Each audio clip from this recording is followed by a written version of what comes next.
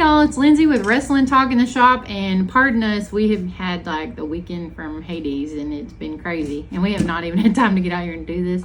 So we're going to do the first, second, and third in one video. Please bear with us, and feel free to listen so you can get up to date on the third. But we're going to start with June the 1st. 1996, the World Wrestling Peace Festival took place at Los Angeles Sports Arena in Los Angeles, California. The event was promoted by Antonio Inoki and brought together matches and wrestlers from New Japan, WCW, NWA, AAA, and CMLL.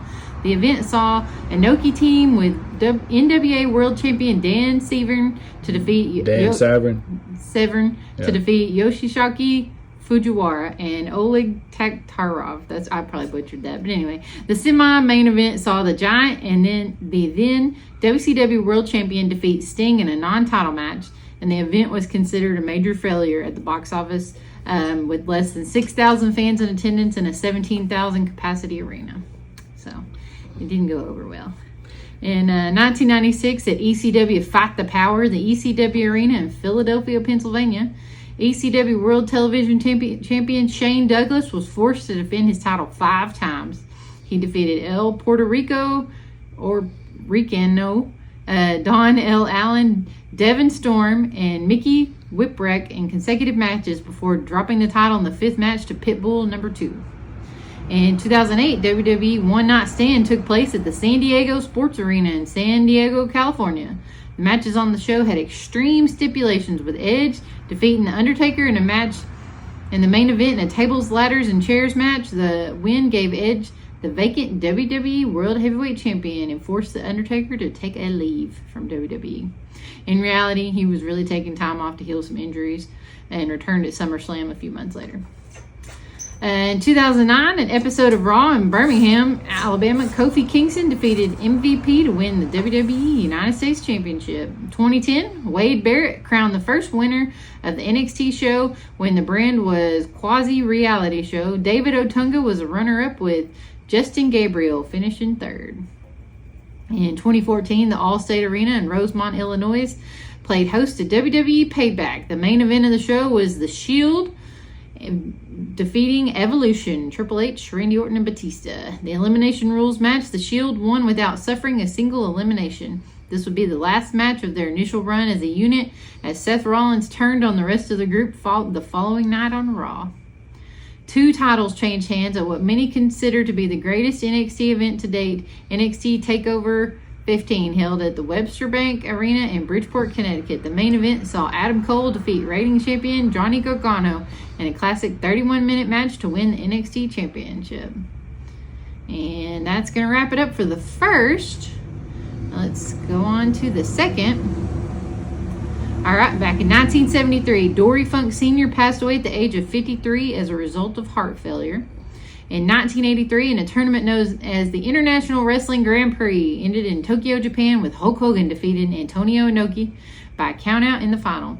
The 4-week-long tournament had considered a round-robin format between 2 groups of wrestlers, with the winners of each group meeting in the final. Alongside the finalists, the star-studded tournament featured Andre the Giant, Big John Studd, Rusher Kimura, Killer Khan, El Kanek, Otto Wins, and Akira Maeda and Enrique Vera. As a result of the win, which was considered a huge upset, Hogan won the NWF Championship vacated by Inoki the week prior. At the event in 1987, at an event in Buffalo, New York, the Honky Tonk Man defeated Ricky the Dragon Steamboat to win the Intercontinental Championship, being with the longest reign of that title in WWE history. He went on to hold the title belt for 454 days. Until Gunther. Yep. So took it away from the him. Current belt, the longest reign. That was Honky Tonk Man claim to fame. Yep.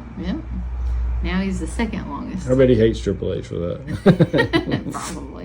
In 1998, the junkyard dog Sylvester Ritter was killed in the age of 45 in a car accident in Forest, Mississippi. Ritter is a WWE Hall of Famer and one of the most beloved babyface of the 1980s, breaking down race barriers in the industry during his hugely successful main event career. That was a huge tragedy. He didn't have a lot of money. He had struggled financially, and he would have been able to make a fortune with these cons and conventions.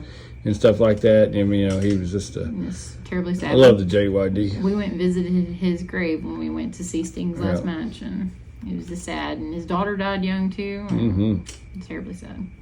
Anyways, moving on to 2003, legendary wrestler, manager, Classy Freddie Blassie died. This is a sad day, apparently. Died at the age of 85 as a result of heart failure and kidney failure at a hospital in Hartsdale, New York. At least he had a long life. Yeah, he had a long life, though. In 2004, at NWA TNA taping in Nashville, Jeff Jarrett defeated Ron Killings, Chris Harris, AJ Styles, and Raven in a King of the Mountain match to win the NWA Championship. You know who Ron Killings is, Lindsay? I don't. You don't know who? He still wrestles pretty regular on TV. I'll give you a hint. He holds a current Raw tag. He holds a current Raw champion. He's very popular. You know who he is. What's up? Okay. What's up? That's who Ron. What's up? He goes around saying, "What's up?" Talking about he's got an imaginary friend named Little Jimmy. You still don't know who he is? I know who he is. I know who he is. Okay. I didn't know that. Now that I can put it together. Yeah. He looks exactly the same as he did back then. Yeah. All right. Anyway, go ahead. All right. This took me a second. 2013 TNA Slammiversary XL took place at the Agganis Arena in Boston, Massachusetts. Main event saw Bully Ray retain the TNA World Heavyweight Championship against Sting in a no-holds-barred match with a stipulation that losing Sting could never challenge for the title again. In 2014, The Shield implodes on WWE Raw. We were just talking about this.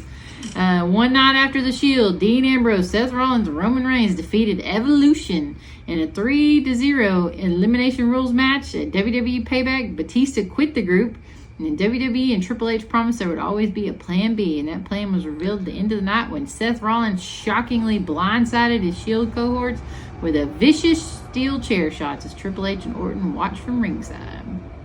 And it was also AJ Styles' birthday, so happy birthday. Lex Luger, too, and Jim Crockett Sr. All right. Moving right along. There wasn't a whole lot on the second. It's good because this video is running extremely long. If you're still watching, we appreciate it. Yeah. Moving on to today in wrestling history, June the 3rd, finally made it to 1989. It was a good year. Dustin Rhodes made his WWF debut by defeating the $1 Million Man, Ted DiBiase, at a house show. It's crazy to think he's still wrestling. Yeah, he is. Some, not a lot. 1991 in Birmingham, Alabama, in WCW Worldwide taping, Stunning Steve Austin defeated Beautiful Bobby Eaton to win the WCW World Television Championship. And in 2002, on WWE Raw from Dallas, Texas, Bradshaw defeated Steven Richards to win the WWE Hardcore Championship. On the same show, Shawn Michaels made his return to WWE television as a member of the New World Order. And Stone Cold Steve Austin battled Ric Flair in the main event.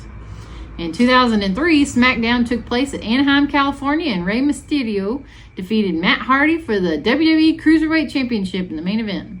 In 2004, TNA Wrestling taped the first ever episode of Impact from Universal Studios of Orlando, Florida. In the main event, AJ defeated Michael Shane, Elix Skipper, and Chris Sabin to earn the X Division title shot. America's Most Wanted, James Storm and Chris Harris beat Kid Cash and Dallas to win the NWA World Tag Team Championship.